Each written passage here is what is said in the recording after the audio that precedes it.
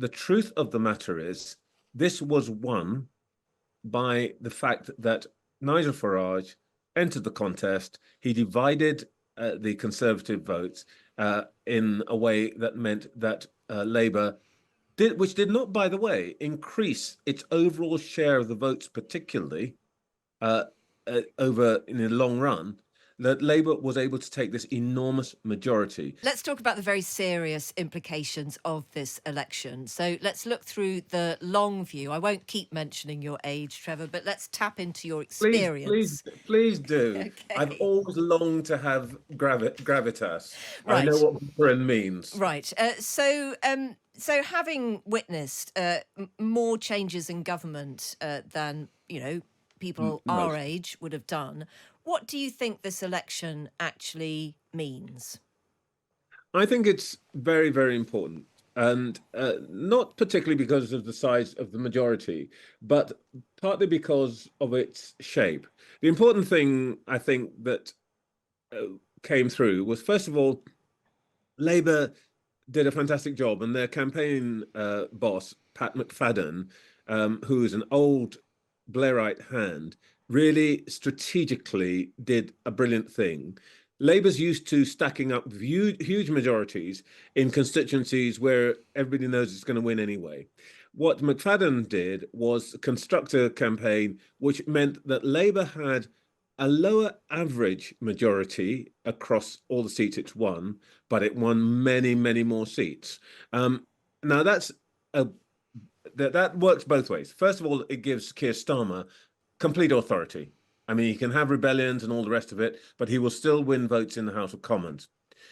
What McFadden, of course, will also be conscious of, because he's a very careful, very thoughtful guy, is that those thin margins could be swept away. It's what James Kanagothurium, the guy who invented the phrase "red wall," calls the sandcastle. You can build it high, but it will go away very quickly. The other big feature of the night, I think, which in a way I'm kind of surprised people are not talking about more, is, to be honest, the big winners were Reform. I mean, this is a party which in reality only came into the contest 6 weeks ago. They came away with 5 members of parliament. They came away with a bigger share, 14.3%, I think, than the Liberal Democrats. And most crucially, because Nigel Farage has been pretty plain about what he's got in mind. They've got a platform from which to build towards 2029, and they will keep the Tories, keep the right of centre divided, Yeah. because that's what his aim is. I'm interested in how the media cover reform because quite a few people, certainly everybody in the Liberal Democrat camp, sees at the notion that a huge thing happened for the Liberal Democrats in this election. Many, many more MPs returned to Parliament than Reform, but a news bulletin will probably start with something that happens at Reform ahead of the Lib Dems. Would you agree with that? And what does that say about the way that we cover politics in this country? Do you mean, do I think the Liberal Democrats are right to be grumpy about that? Yes. No. They got 12.5% of the votes. They got 12.5% of the seats. Reform came from nowhere, walked straight past them, and frankly, were more important in giving Keir Starmer both the election, full stop, and secondly, the size of his majority.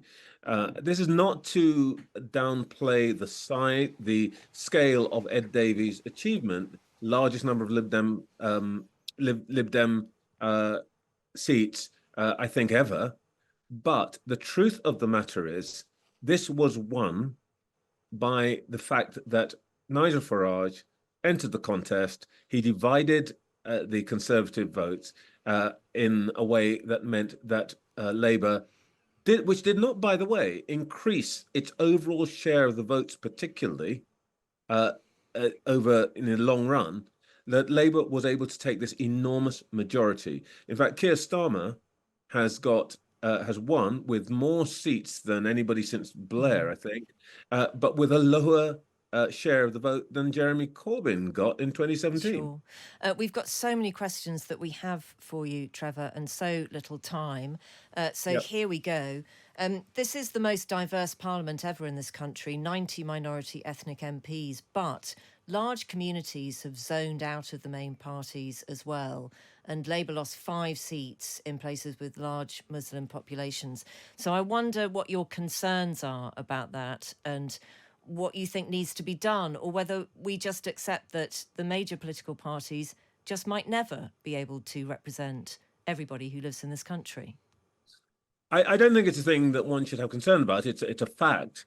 The truth of the matter is that the proportion of votes won by the Labour and Conservative parties together has been declining some time. Every now and again, there's a big bump, but I think this time it is down to just about 60%. Back in the 60s, 1960s and 1970s, it would regularly be around 80%. And the reason is that the truth is that both of those parties were built on particular sort of social basis. So Labour on big trade unions, on working class communities in mining towns and industrial towns and so on. Of course, all of those, the miners have gone.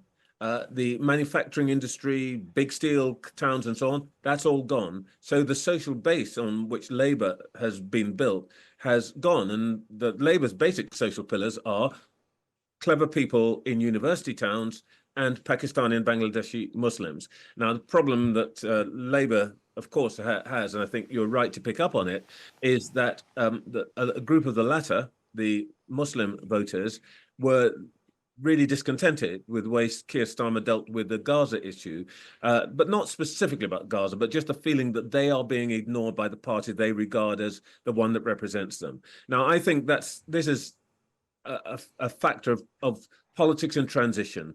We are a country that is changing quite dramatically, and that our politics is changing, but the big parties have not yet caught up with that change. One of the things I think we're going to see is that the coalitions that made up Labour and Conservative over the next 5 to 10 years are going to look very different. Right. Who or what can make the Conservatives whole again? Well, when I grew up, my mother would say, well, that's a job for the Lord Almighty. I think that uh, it is, well, look, let's face the reality. The Conservatives are not going to be back in government. They're not going to compete unless and until they find a way of dealing with Nigel Farage. Now, I know that it's the sort of mainstream orthodox thing to say all sorts of things about Farage and how terrible he is and this and that and the other, and that he has to be defeated. They won't. They will make an accommodation with him. So I think that the person who will bring the Conservatives back to prominence or competitiveness, I beg your pardon, is the person who can find a way of absorbing the reform vote without alienating the traditional one nation Right. conservative. Who is that at the moment? Could you put a face to that?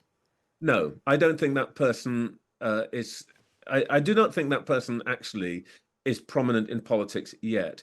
If you, I don't want to dodge your question because I'm used to being on the other side of the microphone, and I find it so irritating when people do dodge the question. If I were to answer the question today, I would say their best bet is probably going to be somebody like James Cleverly for the time Okay, well, being. no, that's an answer. You've not dodged it at all, Trevor. So that's fantastic. Do you see Joe Biden in a different way because you are closer in age to him? This is your question about old men in powerful positions. Do I see him in a different way from who? From you? From Well, my yeah, I mean, do daughter? you look at him and you think he's only, what, 11 years older than me? Give him a break. I mean, I honestly don't know. I'm not a 70-year-old man, Trevor, and I'm asking you to tell me what your opinion might be, whether it is different to mine. Well, I don't like some of the sort of slightly sneering at him. Actually, I think that's improper. I think it's cheap. However, I do think that if you can't do a job, don't tell people you can do it and don't pretend you can do it. Go and do something that you can do. And it is pretty clear that for most Americans. I mean, I don't know Joe Biden, never met him, but from what we can see, this is not a job that he really should be doing or that he needs to do or that anybody needs him to do. If you are anti-Trump, you ought to be panicked right now. Yeah. I think you're absolutely right, actually, to say it's not a job that he needs to be doing. I mean, that's the truth of it, isn't it? That Well, I mean, there isn't only one man who can lead the Democrat Party at the moment. That just must be wrong. I mean, it's such a big country, it's such an effective party. It just yeah, I mean, can't be only him. it is a preposterous piece of hubris and egotism to say, I am the only person who can do this job and it needs me. And we've seen the result of that actually in the United States when the former late Supreme Court Justice Ruth Bader Ginsburg, convinced Democrat, the darling of the left, refused to stand down and then died when Trump was in office. So she was replaced by a Trump nominee. When had she stood down, there would have been a Democratic, an Obama nominee. And it seems to me that sometimes people have just got to get over themselves, go and have a life, and make sure that the cause that you represent is actually furthered rather than thinking that you are the only person in the world that can further this cause. I mean, this is a problem about old men, right? This is an absolute problem about old men. We get into the stage where we think actually we're the only people who can do the thing that we can do. And that's when you get into the place of being a complete idiot. Well, both Jane and I are smiling at the veracity of your last comment, Trevor. Final question. Tom Bradby said that he was one of the few white male anchors left in an interview that he did with the Radio Times, and it really angered and offended some of his colleagues, and others really defended him. I wonder whether you had thoughts about it or took action about it, actually. Oh, I don't think it's for anybody to take action. I've got to confess, I was sort of puzzled by it. I didn't really understand why Tom felt he had to say that, number one. Number two, I don't think it's probably actually true. I'm not sure it is true. And I don't think that you, in this particular case, in our particular sort of professional niche, I think it is a bit peculiar. There are relatively few of us. We are very odd people. The competition to do what we do is extraordinary. And I think sort of trying to make it representative in that way is just weird, really. And Tom, who is, I think, a terrific anchor, great writer for television and so on, I was just puzzled that he decided to remark on this particular point. We are not in any way a representative craft or trade. And I think trying to sort of talk about it as though we television anchors ought to be representative proportionately of the population is silly. And what it does do, by the way, is it trivializes a much bigger issue about representation in, let's say, middle management across most industries, which is a bigger issue. Don't pick on a really peculiar small sample to make the case for or against diversity Yeah. because we're just weirdos. Yeah. We should be talking about the wider population, the wider workplace, rather than this particular select group. Right. Well, there's the title for our podcast this evening, into which this interview will go. We are the weirdos. So, Trevor Phillips, it's been lovely talking to you. Thank you very much indeed for your time this Pleasure to afternoon. talk to you, see. Thank you so much.